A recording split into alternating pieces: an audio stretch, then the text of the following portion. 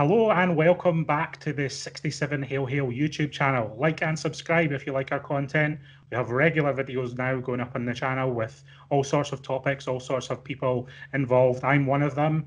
I'm quite new to the YouTube channel this season. I actually do most of my 67 Hail Hail work on the website, where you can find me writing about Celtic on a near daily basis. My man Hamish, he's the regular presenter on 67 Hail Hail, my friend and colleague, and we've managed to rope in a Celtic legend for some of our Celtic coverage this season, and it's none other than Jackie McNamara. And one of the topics we're going to kind of cover today, we're going to get Jackie to take a look back at his playing career and kind of go through his ultimate five-a-side team in a number of positions. Now, there will be a lot of people who have been choking to play a game of five-a-side over the last few months. The way the lockdown developed in Scotland and beyond made that impossible. Jackie, if you were playing a five-a-side match tomorrow, who would you pick as your goalkeeper from your playing career? The goalkeeper is probably one of the toughest positions for me. Especially for five-a-sides. Starting with big Gordon Marshall, I think was probably the best out of them all with the ball at his feet, better than Gouldy or Big Rab. Five-a-sides. Possibly Rab would fill the five-a-side goal, not because he's fat or anything. So probably go with Big Rab. Yeah, fives. A good choice. Put with Rab in the star sixes there, and he did well for us, especially the England game. Great shot stopper, I would say, and I was a big fan of Rab Douglas during the Celtic career. There's ups and downs, but I always felt he was, committed to Celtic and a good guy. He seems to be a good guy. But five-a-side's a little bit about camaraderie, so you might want to just pick your pals instead of the ultimate in the positions.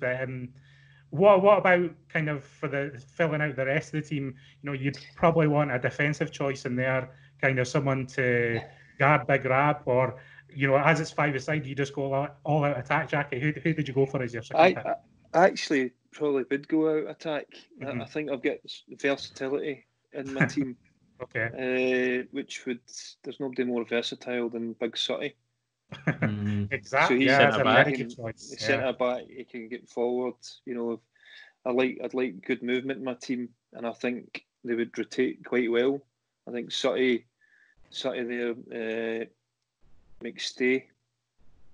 Yeah. McStay. McStay would, the maestro would control the tempo of the game. He was my hero as a wee boy, Jackie. He was my ultimate Celtic hero.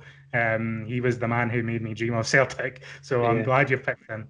The maestro, I think when I was a young kid watching Celtic, you don't appreciate.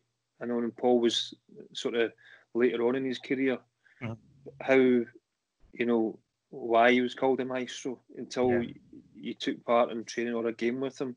He did control the pace. He could change the pace and bring it up and get away with it, or he could slow it down and bring it into play. He was just a fantastic football player and a great guy as well.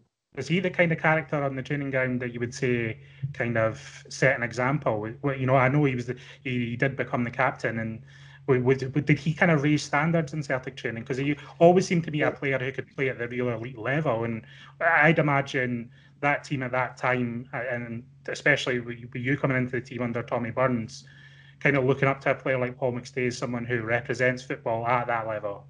Yeah, absolutely. As I said,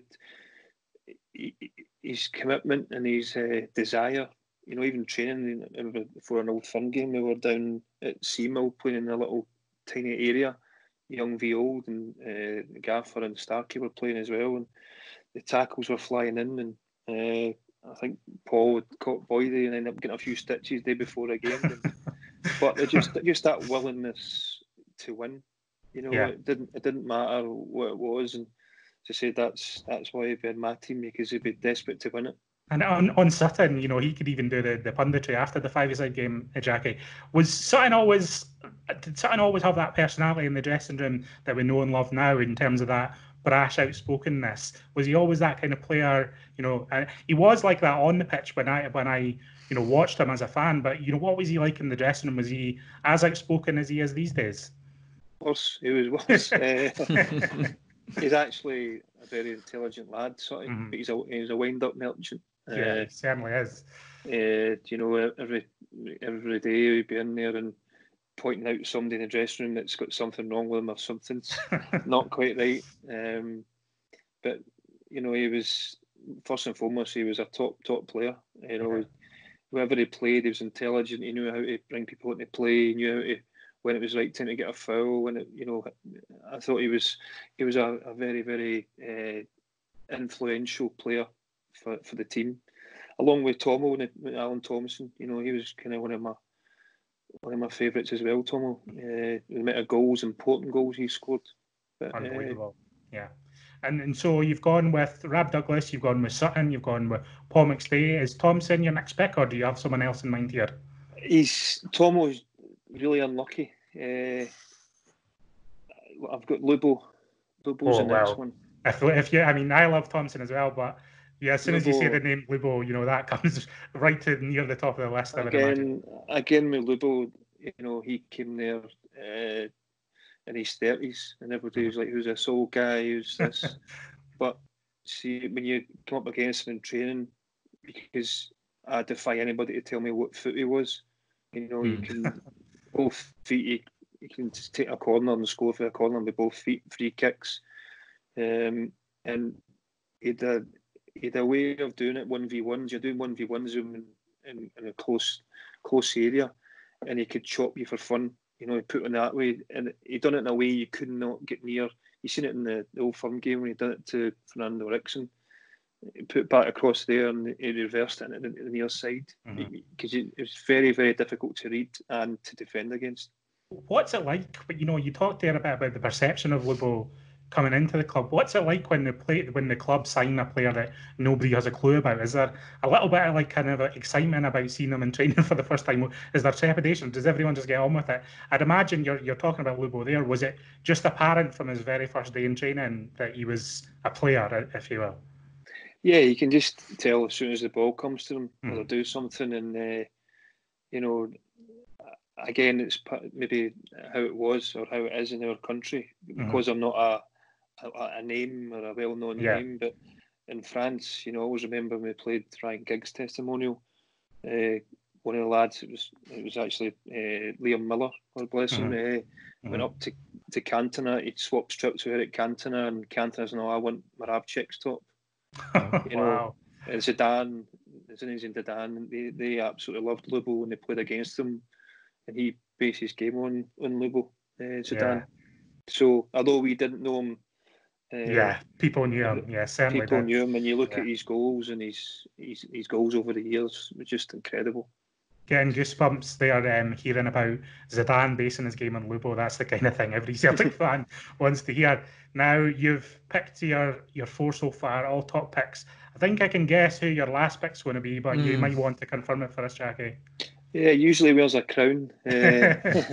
No, it's the King Henrik up front. You know, it's pure simple. He was just the best.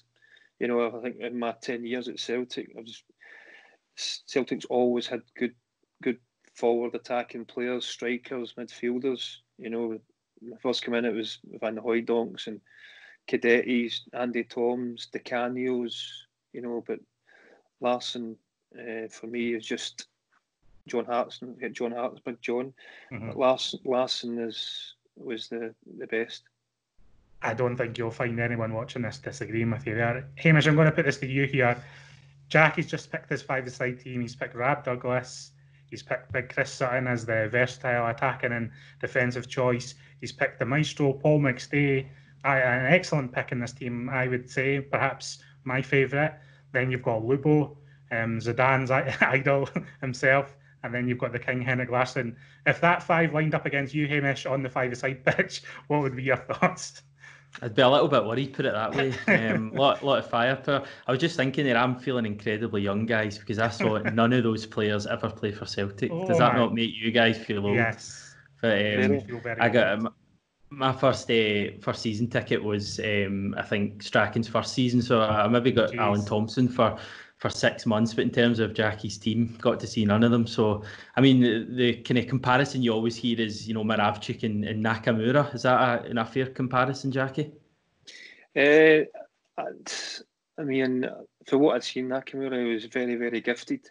Very, very, I've heard people talking about it. Obviously I'd left just before he came in. But what I would say with that is Lubo could do that with both feet. Yeah, it's a fair point. Mac had unbelievable left peg, but Lubo could do that with both.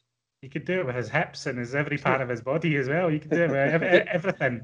Did he not control the ball with his backside once? I think that was his first game.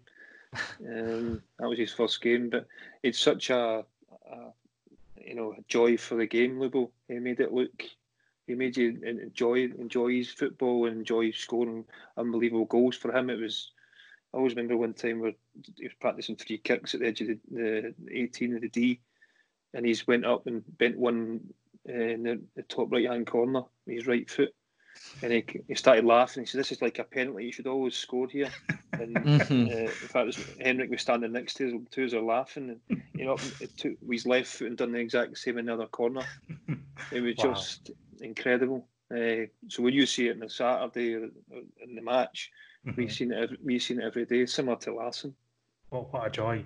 I could sit here and talk about Lubo Moravcik all afternoon, Jackie, but we're limited for time, so we'll say goodbye for now. We'll have Jackie on the channel in the future. That was Jackie's ultimate five-a-side team. I don't think there'll be many five-a-side teams better than that around world football, so I'd back them in any tournament. For now, we'll say goodbye and we'll welcome you back to the 6-7 Hail Hail YouTube channel in the future. Hail Hail.